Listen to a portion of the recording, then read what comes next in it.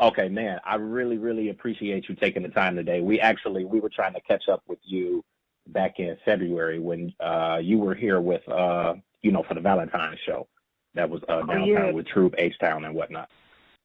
Oh, okay, yeah. That was a fun show too. Yeah, man, I think you guys got a lot of publicity, and it actually kind of ties into some of my questioning for today because I think it's cool that obviously you and, the fellas from the group are returning and actually doing this because, obviously there were so many people 15 years ago that were, obviously loving the music and loving what you guys were doing, and then you just kind of abruptly were gone. What is that like, again, 15 years later now for you guys to be returning and, obviously doing what it is that you love, but it's almost like Matter this of fact, kind of what show are you talking about again? the show, it was Valentine's Day here in Cleveland. That's funny because I know what show you're talking about, but I think that I don't know if AB is on the phone right now. AB, I'm here. I don't think he knows. AB. Oh, okay. Do we want to do? Are we? Because I don't. Yeah, I wasn't in Cleveland on. Oh, okay. And see, there were so many things I didn't make it out to the show, so I just, everything went on. I assumed that you were actually there. Yeah. No. Well, go ahead, AB. Yeah. So I just all right. I'm just gonna. Oh my God. I just put it to you. I just put it as delicate as possible. I kind of get a sense already, but you go ahead though. It's just like this, Arel is really, focusing on, doing his thing at this nature. It was a lot of things that were put out and said that, statements made towards him and some of the things that the other members of the group were doing that he wasn't necessarily in agreement with. Okay. And it just got in a situation where, we were just trying to save as much face as possible, and people, they were going around using his vocals and stuff, and he wasn't even there. So, okay. I haven't been in the group in probably 2 or 3 years, and what's happening is that's amazing. I have nothing negative to say, but a lot of times what I'm still seeing is promotions with my image on there, which is really not supposed to happen. Right, I got one right here. So Right. That's why when you was the showing, I was like, what? I had to think about it. I was like, well, what city is this? And I was like, wait a minute, that wasn't me. And I remember I heard about the show because I was in another city, and they were in Cleveland. I do remember that. I appreciate you guys actually clearing that up. And then the cool thing is that with our publication, we don't the issues and the drama and all of that kind of stuff. We actually don't. No, I'm gonna be honest. I honestly don't even mind. You can ask me whatever. I mean, I don't. I don't mean in that sense. I just mean as far as that the negativity and that kind of stuff that you kind of dealt with in terms of that. We don't really, a lot of publications are, I guess, sensational in the fact that they look for certain stuff just to run and kind of that stuff. So I mean, we don't push any of that stuff. So I mean, I appreciate you guys clearing it up, but yeah, no problem. Other than that, really I think the biggest thing is I really want to push, obviously your talent, your craft, the fact that you're out here and you're doing it and you're doing what you love and that sort of thing, and all the stuff that you have going on. So I think it's better that we really focus on what you have going on solo anyway, because there's a lot of people that in the same respect have been looking for you, to get some stuff out there, even still over this past 15 years, because I know that when you guys separated before, it was kind of on the strength of you doing some solo things and working with a number of people and whatnot. But, it's funny because it really wasn't a separation before. What really occurred in the beginning was, like, people always ask me, well, did you always want to go solo? Why did you end up doing a solo project? And the funny thing is, I never wanted to in the beginning. The other two group members are biological brothers. I'm no relation to them. Right. And when we put out the second album, we were the only group that was signed to Arista Records with a project out at the time of the changeover. So when Clive was leaving. So Clive personally had signed us, Clive Davis, and he wanted us to go with him to Jay. And we kind of wanted to stay at Arista, so we met with LA, but he didn't really seem too enthusiastic about it. And we had like the number one record in the country at the time, if I'm not mistaken, right. Wifey. So we decided to be loyal to Clive and left with him under the premise that we would be promoted by two companies now. Like, it'd be an advantage. We were basically told that, yeah, you have this album on Arista, but you'll be a J artist, so it'll be like two labels promoting you. Well, to be honest, that wasn't true. We found out from radio programmers that Arista would call and tell them not to play our record, but play Pop Your Collar by Usher instead, which was the project that never came out for Usher. Right. So we were actually basically caught in the middle where we had a project out on one label that we really couldn't promote. So what I ended up doing was I went to Clive with the whole new album, because the way the albums usually worked within the group was me and KG and a few other producers would go in and record a majority of the album and then bring the rest of the group members in. They allowed me to do that. And I went to Clive with, a lot of a new album done, and he basically said, there's no way we can put this out so soon. It would be competing with your project that's out right now. We were on the second single, which is Beauty Queen. He said, but what I'll do is I'll fly you out to L.A. Let's work on your project now. And I said, okay. But my group members actually lived in L.A. at the time, so I was really hanging out with them and going to Babyface's studio recording my album. Right. And I ended up doing the soundtrack for the Brothers, and I ended up doing the Tupac record while I was out there at the same time recording my album. So really, me doing my album was only because Next couldn't put out a new album at the time. So, I mean, I guess in a sense, do you feel like that kind of is what, I mean, I don't want to say damaged the group, but kind of took it to that point where, you guys didn't really do anything anymore, or? No, because we did do another album, but there was a time that Jay actually put out like 5 albums in 1 month. It was like Tyrese, Eric Sermon, us, I think Busta, and like one other artist, because it was the end of a billing cycle. It was Clive had all these ideas for a new label, but he really didn't have the staff in place. But he was trying to compete, with these other labels. With everybody else that's out there. Exactly. So a lot of albums just got thrown out there. And then at the time, what people don't realize is Next got dropped. I didn't. I had another $500,000 deal on the table, and I left it to be loyal to my group members. Right. So to be honest, it was never a situation where, I put out an album and it created distance between me and the group, because at that time, if you look, I was still getting everybody checks. I actually went in and we did a record for the Dr. Dolittle 2 soundtrack. Okay. And that was all at the same time of me recording my album. So I was still finding ways to make revenue for all of us. Secondly, people, if you really go look on my solo album, people will notice that KG didn't produce a single record, yet me and K were known for doing a lot of anthems. I purposely didn't use him as a producer because I was trying to stay away from the Next sound, even though it was my sound. Even though it was something that me and him created, out of respect for the group, I tried to back away from that. But what people don't know is I actually gave KG a check for $100,000 just to say thank you for nothing, for nothing, without producing a record on the album. And then when we did do our last Next deal, I gave my signing money to my group members to split. Okay. So I didn't keep any of the money from the last album for signing the deal for the last album with J Records. None.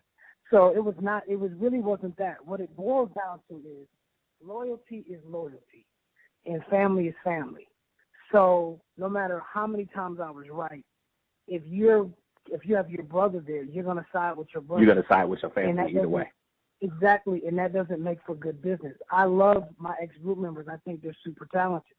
But I also realized that I was the youngest, and I was thrust to the forefront, partially by the label, but also by my work ethic. Because I was so young, I didn't know about clubs and girls and, drinking and doing different things. So I was kind of like the nerd. I'm even now, people that know me are like, you're in bed by 10:30 because you're up at 5 in the morning. I'm right. really like military when it comes to my way of thinking and doing things.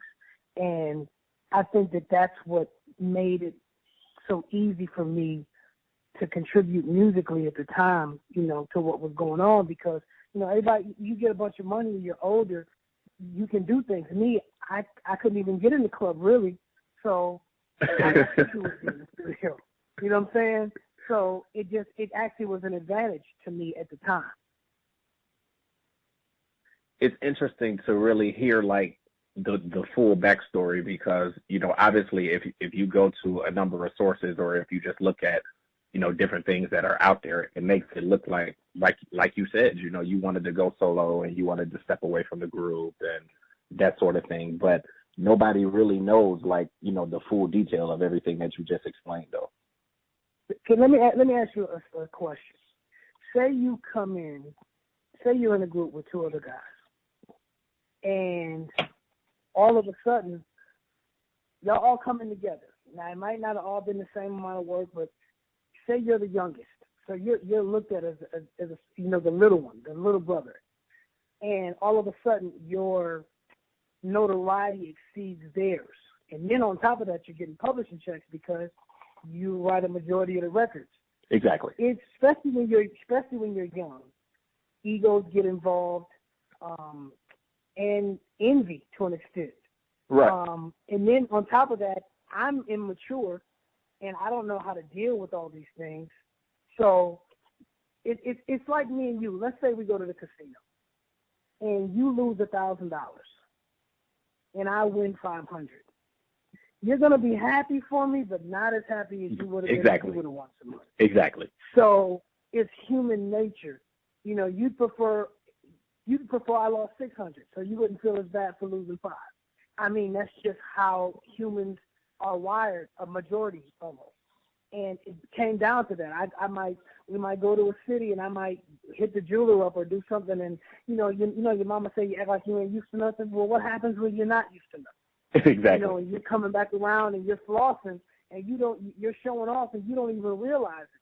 You're not even thinking that way. You know what I mean?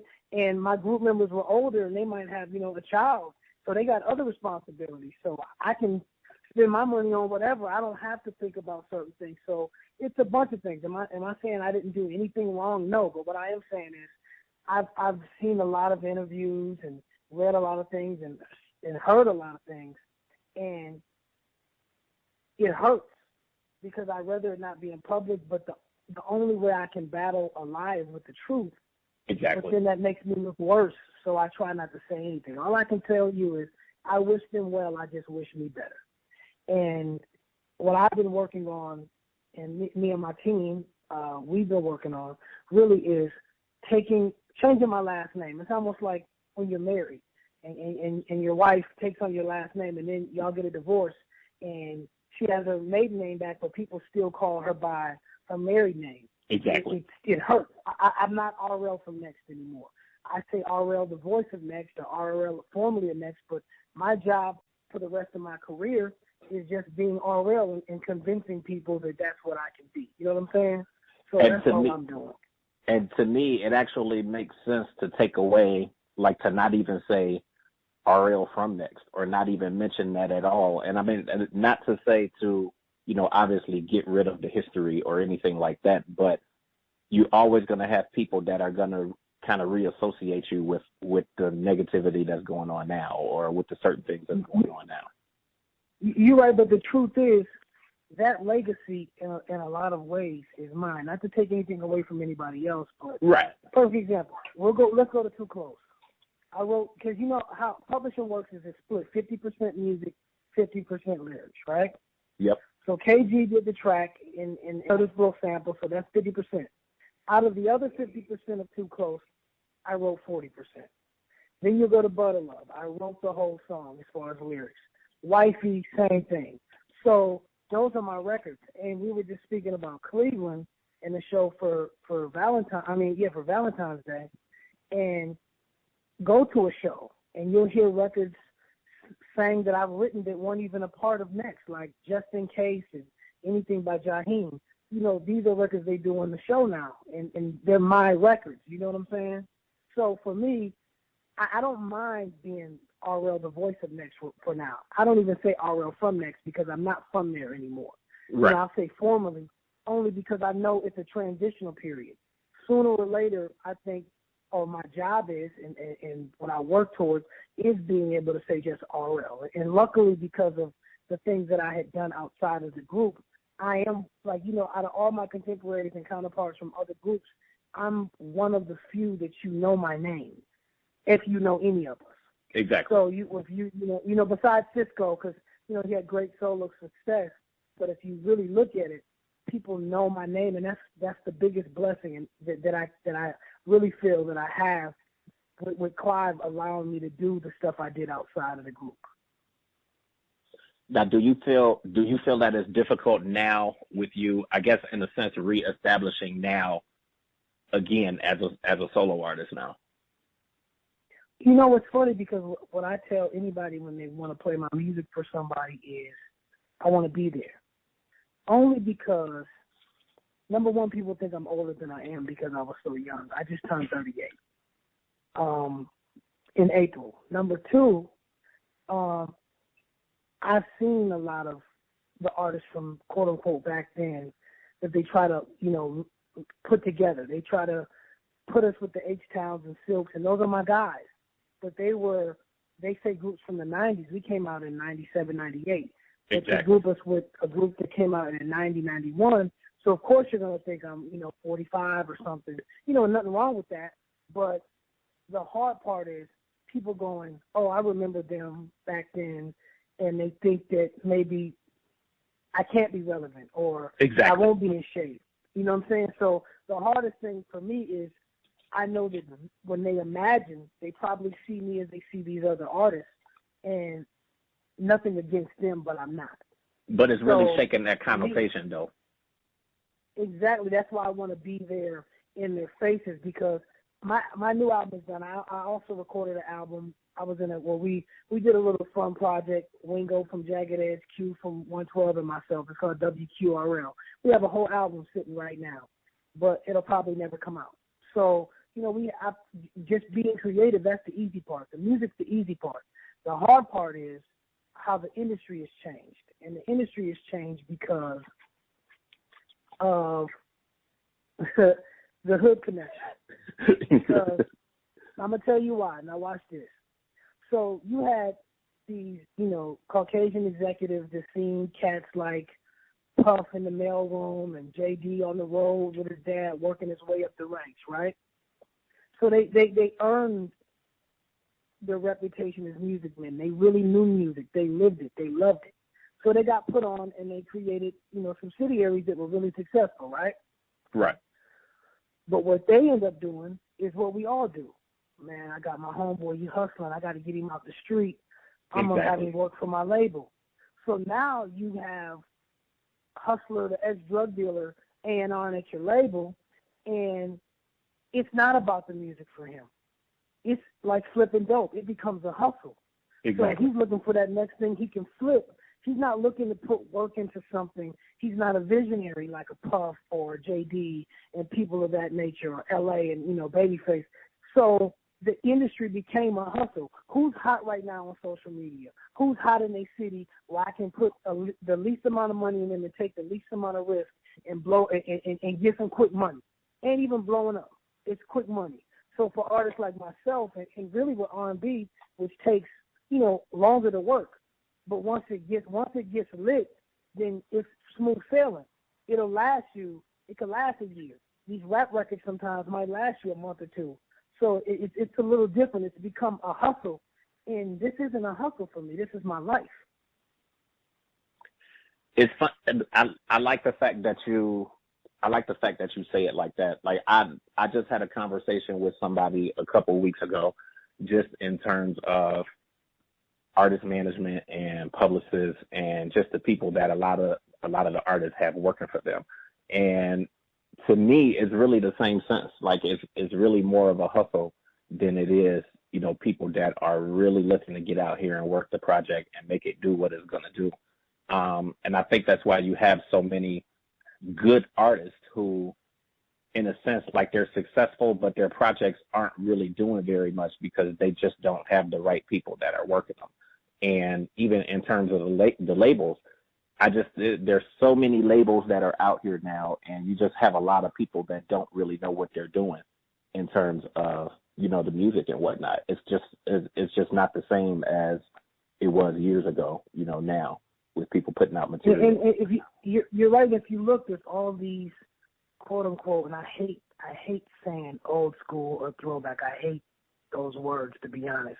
But you have these stations that are playing, and I like the word classic, playing classic records, popping up everywhere because that's what people want. They really want to hear.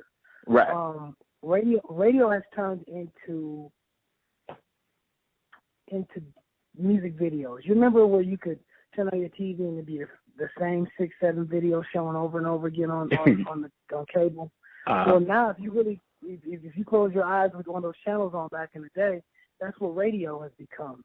You know what I mean? And I know a lot of radio personalities that don't even enjoy what they're playing. But then you have artists that, and this is the funny thing, you go through this musical menopause. That's what I like to call it. Where and I went through this because I got a bunch of records in my studio that sound young as hell that you'll never hear because I was at that place where I'm looking in the mirror and I'm doubting myself and I'm like, well, man, do I need to sound like they do? Is that why I'm not getting no love? Do I need to go ahead and, I'm opening up for this guy and I'm hurting because he only got one record and I'm singing my whole discography and I got like 7, 8 back to back, the crowd singing along, and I had to realize this is what people want from me. It's funny because I love R. Kelly musically. I don't get into the personal and all that. I think musically, growing up, he pushed the envelope and did different things. And I'll go buy his albums now, and he's turning up in the club, and that's cool. I'll probably fast forward that, but then I'll get to some sexy fly that R. Kelly that I really miss, and that's what I'm talking about. But it's only 2 or 3 of those songs on there, and exactly. That's just trying to find yourself, and that's the mistake that I don't want to make for me. He can do that because he's R. Kelly. You know what I mean? People are going to love him. They'll be able to tour forever. But it's about being true to yourself. I don't want to be that guy. I remember back in the day, my mom had a Peabo Bryson CD. It was like, closer to the latter parts of his career, and he had a rapper on the song. And I'm like, Peabo? Exactly. Oh, it was Freddie Jackson. I think it was Freddie Jackson. And I'm like, huh? I just think artists should stay true to themselves. I think that your consumer buys your music. It's almost like that favorite pair of pants you have or those favorite sneakers you have. You know what you're going to get. You already imagine the outfit that you're going to wear with them, and you know it's a certain comfort level. Yeah, you want growth and you want, a little change, but you want to be able to put it on and know the quality you're going to get. You don't want to go buy a bag of Doritos, Cool Ranch, and you open them and it's a whole different recipe. You're going to be mad as hell. And I think a lot of artists nowadays, either we're not getting heard because people just sleeping and it's about the hustle, or, the real artists are going through musical menopause and trying to be something they're not, and listeners know better. You know what I mean? Like, the funny thing is we keep thinking that the younger generation doesn't want to hear what we're doing, but they do, and cats that are doing it, that ain't even doing it as good as we can, are getting love from the younger cats. The saddest part of 2014 is the best R&B album was Justin Bieber's. Yeah. No, I'm dead. And I'm not even hating. Justin Bieber's album was cold. And why? Because he wasn't, he did what he probably grew up on, emulating, listening to Usher, us and different people like that. The album was banging. That's why I respect somebody like Justin Timberlake. He didn't go in the studio and go, what's hot right now? Exactly. He goes in and goes, you know what? I'm hot right now, and whatever I do, they're going to follow. He does what he's feeling out there. And I mean, that's, to me, that takes it back to doing it for the love of it. Like you don't have a lot of people who are really doing it because this is like their passion and it's what they really want to do. And like most people are doing it because it's a hustle now. And they're trying to find that next hit. So I think that, myself included, but I think a lot of people can definitely appreciate the fact that you want to come out here and you want to do, what it is that you love to do, and you're not just trying to find like that next hit and whatnot. I think that's what makes people like Rihanna, as successful as she is that Rihanna will do whatever the hell she want to do, and she don't really care. You're right, but let me be honest with you. Let me be honest. The funny is this is how I view myself. And I'm going to just be as direct as I can. Chris or Trey bringing a girl home. He's sneaking a girl in the house. Parents are at work. Big brother RL's in town. And he's home, but he ain't going to tell. And she's walking past. He's sneaking her past my room to go in the room. They ain't taking it all the way there yet. But, she ain't let him go there yet. But she's walking past my room. And I just got out the shower. And she sees me in the mirror with my shirt off. And she gets excited. And she says to herself, if his little brother ends up like him, he can get this. I look at myself as the big brother. I'm not the dad or the uncle. It's just a difference. So we set the bar. You know what I mean? And I think that that's important. Another thing I want to say is people ask me all the time, when you going to drop something? What's up with some new music? I'm going to be honest with you.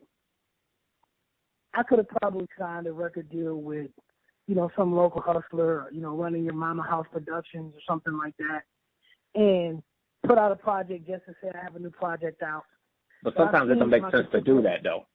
Sometimes it don't make sense to do that because it puts you in a place where, it just was pointless. Yeah, no, but I've seen what happens is I've seen a lot of my contemporaries put out great music that no one ever hears, and it's sad because you go to the concert and it's crickets when they sing one of those records off the new project. All people want to hear is the old stuff because the new music hasn't been promoted or marketed enough for them to hear it, to appreciate it.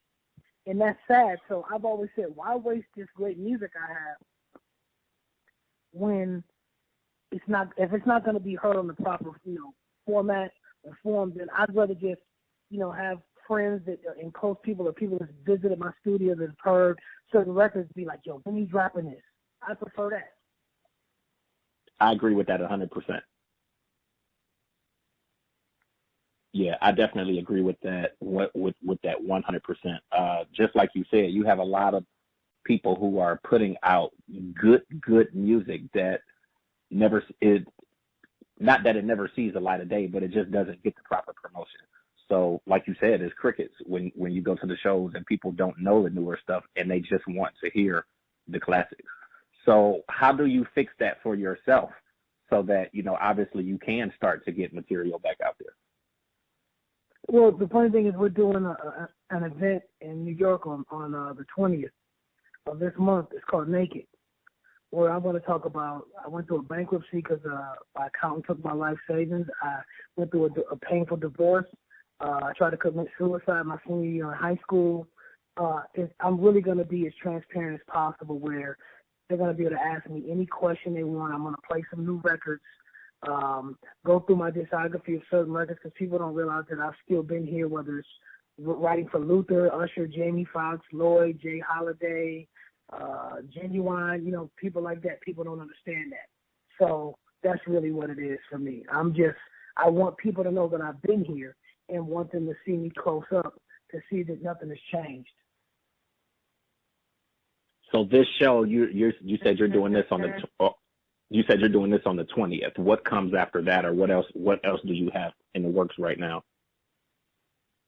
To be honest, I have a lot of music meetings set up with certain executives. For me, it just really depends because people are so worried about putting music out now or right when they do it because they're doing music for just now.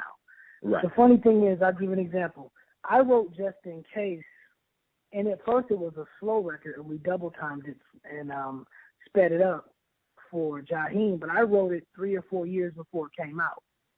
I feel like timeless music doesn't have an expiration date. Exactly. So as long as I keep creating, and I've recorded over 100 records for my project, as long as I keep creating, that when the time is right and God is ready for me to, come back, I'm just going to make sure I'm still in the gym, make sure I'm still fit, make sure the voice is right. You know what I'm saying? That's all I can do is be prepared when the time comes. I know my team is working diligently to make sure that I'm in the proper, I'm placed in the proper, way so that I can have everything I need when it's time. And I know my time is coming. I can't get discouraged. And having the proper team is very much, a very much a part of the key, to that success is making sure that you have the right people that are working with you and working for you, so that you keep creating the timeless material, and then when it's time to get it out there, that those people are really going to help you get it out there. Exactly. Now, is there anything else that you really wanted to mention with this interview today? Anything else that we should really be looking out for? And then shows as well. Like, obviously, you're not touring with them or anything, but when can people really look to see you out there? Well, it's funny because I'm performing all over the world. I have a few mixtapes out. I have my website. And the mixtapes are actually all original music. It's basically albums that I just give away for free because I have so many records. Okay.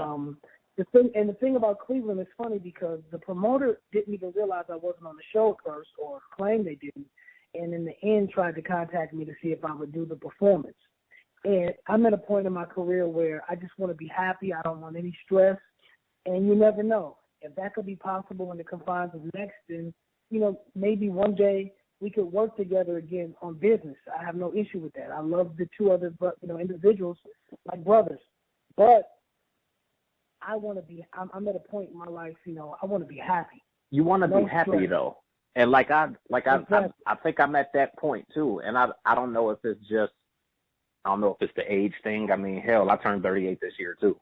And I just think that when you've done so much and you've kind of dealt with so many issues in the past and whatnot, you just kind of hit a point where you just want to be happy and you want to be doing, what it is that you love out there, and you don't want any of the negativity that, obviously can surround a lot of that stuff. So I get that 100%. Like, to me, that makes perfect sense. And, basically how you explained it in terms of how you could be putting music out there, but what's the purpose of putting it out there if you know that, it's not going to be held in the light that it really should be, or that it's not going to be promoted the way that it is? Then why flood the industry with that material if, you can do it at a better time, and then it really, get the proper shine that it needs? So to me, that all makes perfect sense. Yeah, that's exactly where I'm at with it. Oh, also just one quick note, that same night on the 20th, he will be headlining a show at SOB's in New York as well. Okay, that's definitely good to know. And then your website, what is the website? Because I want to make sure that we get that up there so that people can see it and, obviously hear the music and download, whatever it is they can download and whatnot. It's justrl.com, just JUSTRL.com, www.justrl.com. Okay, so I'll make sure we have that up, and then, obviously the links to social media and that sort of thing. Are there any kind of final comments or anything that you want to get out there? Only that I'm not in any way trying to be negative towards anybody, or even towards other artists. I really just feel like we all have a bunch of music that needs to be heard. All of us deserve to be heard. That way, let the public decide what's whack and what's hot.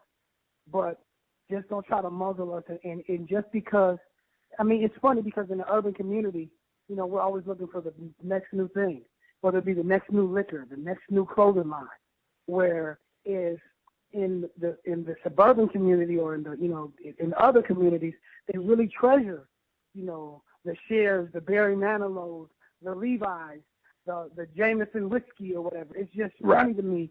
We just have to realize that let's not wait till the funeral to talk about how talented or start playing the music again and appreciate artists. Let's do it now.